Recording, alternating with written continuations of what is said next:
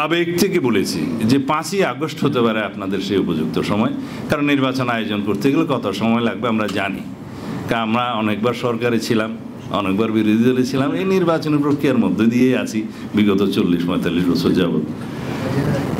সেই জায়গা থেকে বলেছি যে নির্বাচনের জন্য প্রয়োজনীয় ভোটার তালিকা, অন্যান্য কিছু ডিলিমিটেশন এবং নির্বাচন আইনগুলোর সংস্কার, এগুলো আইনি বিষয় এবং প্রাতিষ্ঠানিক বিষয়গুলো খুব অল্প সময়ের ভিতরে সমাপ্ত করা সম্ভব।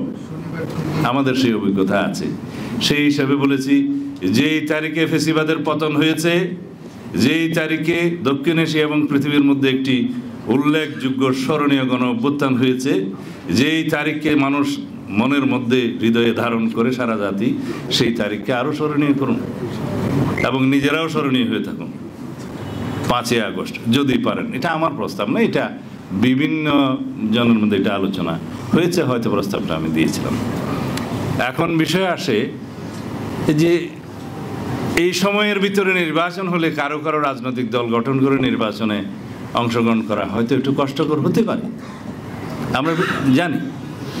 কিন্তু রাজনৈতিক দল গঠন করার জন্য রাজনৈতিক প্রক্রিয়ার মধ্য দিয়ে জনগণের সামনে আবির্ভূত হওয়া উত্তম। স্বাভাবিক রাজনৈতিক প্রক্রিয়ার মধ্য দিয়ে একটি গণতান্ত্রিক রাজনৈতিক দলের যদি আত্মপ্রকাশ হয়, সেটা আমরাও স্বাগত জানাবো, জনগণও স্বাগত জানাবে। আসুক, এখন নির্বাচিত হওয়ার জন্য যদি বিভিন্ন কৌশলে সরকারের সমস্ত শক্তিকে প্রয়োগ করতে হয়, সেটা ফেসিবাদকে আবার দোষারোপ করে কী লাভ হবে? তাহলে আমরা যদি অতীতের ইতিহাসকে অনুসরণ করি, তাহলে আমরা সামনের দিকে কিভাবে এগিয়ে যাব? আমি ছাত্রনেতাদের আবেগকে সম্মান করি, তাদের আকাঙ্ক্ষাকেও সম্মান করি, তাদের রাজনৈতিক দল গঠনের এই প্রয়াসকে স্বাগতম জানাই। কিন্তু এই বিষয়গুলো যেগুলো আলোচনা করলাম, এগুলো বিবেচনায় নিতে হবে। আমরা সামনের দিকে এগিয়ে যেতে চাই অতি অবশ্যই ঐক্যকে ধরে রেখে। ফেসিবাদ বিরোধী জাতীয় ঐক্য আমাদের এখন প্রাণ শক্তি। এই জাতির, এই দেশের সামনে এগিয়ে যাওয়ার একমাত্র প্রাণ শক্তি হচ্ছে ফেসিবাদ বিরোধী জাতীয় ঐক্য। এই ঐক্যকে সারা জীবন আমাদের ধারণ করে যেতে হবে, যাতে বাংলাদেশের জনগণের সামনে কোনো সময় কোনো সংসদীয় এবং সাংবিধানিক ফুয়েরার সৃষ্টি না হয়, একনায়কতন্ত্রের সৃষ্টি না হয়। সেই জন্য আমাদের এই চেতনা, এই আকাঙ্ক্ষাকে, এই ঐক্যকে ধরে রাখতে হবে, এই জাতীয় ঐক্যকে। দ্বিতীয় বিশ্বযুদ্ধের হিটলারের সময়কার যে নজির আপনারা জানেন, যে যখন ইহুদিদেরকে নিধন করা হচ্ছিল, সাংবাদিকরা বললেন যে এরা তো ইহুদি। এটা সবাই জানবে, যা স্মরণ করে দিচ্ছে। যখন কমিউনিস্টদেরকে ধরা হলো, বলে যে এরা তো কমিউনিস্ট, সাংবাদিকরা চুপ। যখন ট্রেড ইউনিয়নের নেতাদেরকে ধরা হলো, বলে যে এরা তো ট্রেড ইউনিয়ন, সাংবাদিকরা চুপ। যখন সাংবাদিকদেরকে ধরা হলো, তখন আর কথা বলার জন্য কেউ বাকি থাকলো না।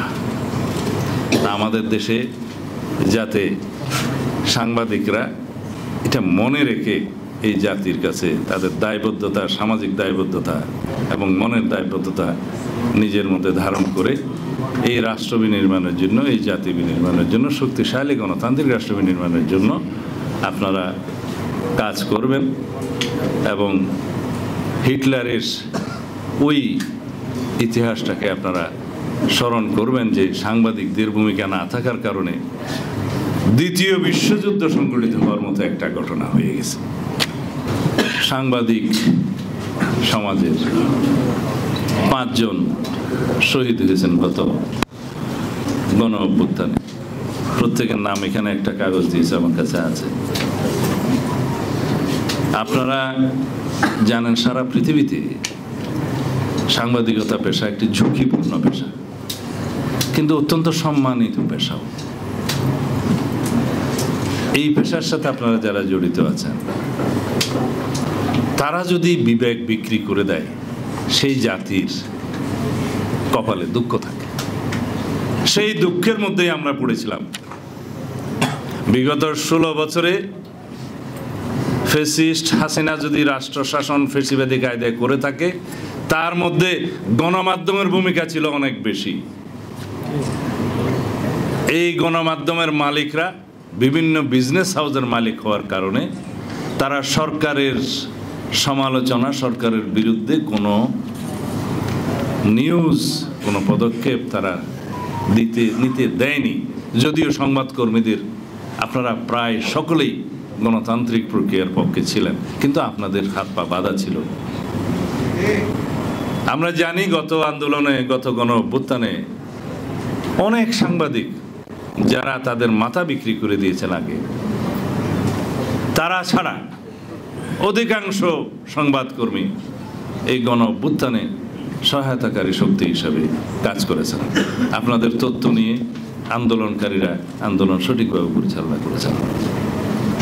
আপনারা একটা নতুন শব্দ এখন প্রায় শুনি, সিটিজেন, কি বলে, জার্নালিজম।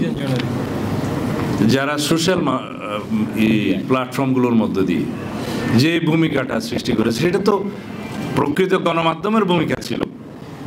গণমাধ্যমের হাত পা, গণমাধ্যম কর্মীদের হাত পা বাঁধা থাকার কারণে এবং মালিকদের অসহযোগিতার কারণে সিটিজেন জার্নালিজম পপুলার হয়েছে।